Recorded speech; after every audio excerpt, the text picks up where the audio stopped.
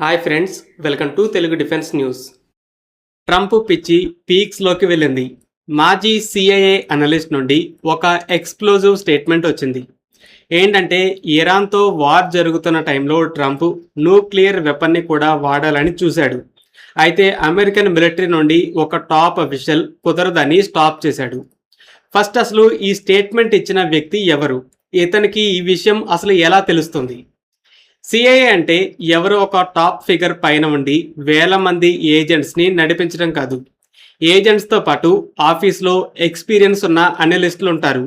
వీళ్ళు multiple agents నుండి వస్తున్న ఇన్ఫర్మేషన్ని తీసుకొని ఇంటర్సెప్ట్ చేసిన కమ్యూనికేషన్స్, శాటిలైట్ ఇమేజెస్ అంటూ ఇతర సోర్సెస్ ద్వారా క్రాస్ చెక్ చేసి మొత్తాన్ని కలిపి ఒక డీటెయిల్డ్ అసెస్మెంట్ రిపోర్ట్ని తయారు చేస్తారు.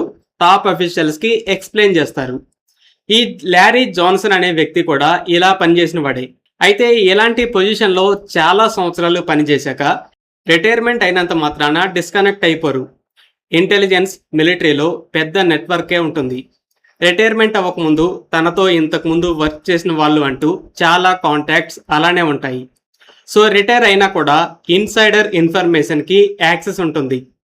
ఇక ట్రంప్ని ఆపిన వ్యక్తి విషయానికి వస్తే chairman of the joint chiefs of staff, అంటే అమెరికన్ మిలిటరీలో అన్నిటికంటే టాప్ ర్యాంకింగ్ పొజిషన్లో ఉన్న ఆఫీసర్ ట్రంప్కి వార్ టైమ్ సిచ్యువేషన్స్లో చాలా ముఖ్యమైన అడ్వైజర్గా ఉంటాడు.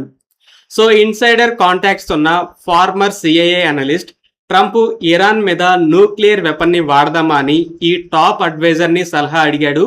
కానీ వాడితే ఏం జరుగుతుందో ఆలోచించి అతను వద్దని ఆపినట్టు చెప్తున్నాడు. ఇతని చెప్పేది నిజమా అబద్ధమా అని మనం వెళ్ళి వెరిఫై చేసుకోలేము. కానీ ట్రంప్ బిహేవియర్ని చూస్తే ఇదంతా షాకింగ్గా ఏం లేదు. ట్రంప్ బిహేవియర్లో ఒక క్లియర్ ప్యాటర్న్ ఉంది. ఒక దేశ ప్రెసిడెంట్ అంటే ఎలా ఉండాలి? ఎంతో ఎక్స్పీరియన్స్తో స్మార్ట్గా ఆలోచించే అడ్వైజర్ని పక్కన పెట్టుకొని వాళ్ళతో కోఆర్డినేట్ అవుతూ కామ్గా, వ్యూహాత్మకంగా ఆలోచించాలి.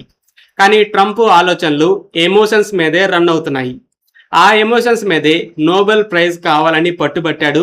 యుద్ధాన్ని స్టాప్ చేశాయని ఫేక్ క్లెయిమ్ చేస్తే దానికి సపోర్ట్ చేయనందుకు ఎమోషనల్గా హర్ట్ అయ్యి మన మీద టారిఫ్ వార్ని మొదలుపెట్టాడు. హోర్మోజ్ని ఓపెన్ చేయడానికి అసలు సంబంధం లేని యూరప్ దేశాలని రమ్మంటే వాళ్ళు రాలేదని అమెరికాని నేటో నుండి తప్పించడానికి కూడా ట్రై చేస్తున్నాడు. ఇరాన్ హోర్మోజ్ని బ్లాక్ చేయడం వల్ల ప్రెజర్ ఎక్కువయ్యి సోషల్ మీడియాలో ఎలాంటి లాంగ్వేజ్ వాడాడంటే open the fucking strait, you crazy bastards అని ఇరాన్ని తిట్టాడు. ఒక దేశ ప్రెసిడెంట్ ఇలాంటి లాంగ్వేజ్ వాడటం చూసి వరల్డ్ లీడర్స్ మొత్తం షాక్ అయ్యారు. ఇక్కడ పాయింట్ ఏంటంటే ట్రంప్ ఏ విషయంలో అయినా సరే నాదే డామినేషన్ ఉండాలి అనుకుంటాడు. దానికోసం ఎదుటి వాళ్ళని ఒత్తిడి పెడతాడు.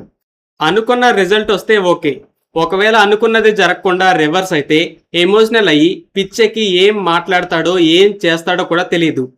టారిఫ్స్, నేటో థ్రెట్స్, వరెస్ట్ లాంగ్వేజ్తో వార్నింగ్స్ వరకు ఓకే, కానీ ఈ పిచ్చి న్యూక్లియర్ బాంబ్ని వాడేదాకా వెళ్ళిందంటే ఏమనాలి? కానీ అమెరికన్ సిస్టమ్ దాన్ని బ్రేక్ వేసింది. So American top military officer Trump పిచ్చిని అర్థం చేసుకొని వద్దని సర్ది చెప్పి ఇరాన్ని కాపాడినట్టు కనబడుతుంది. ఫ్రెండ్స్, ఈ వీడియో మీకు నచ్చినట్టయితే లైక్ చేయండి.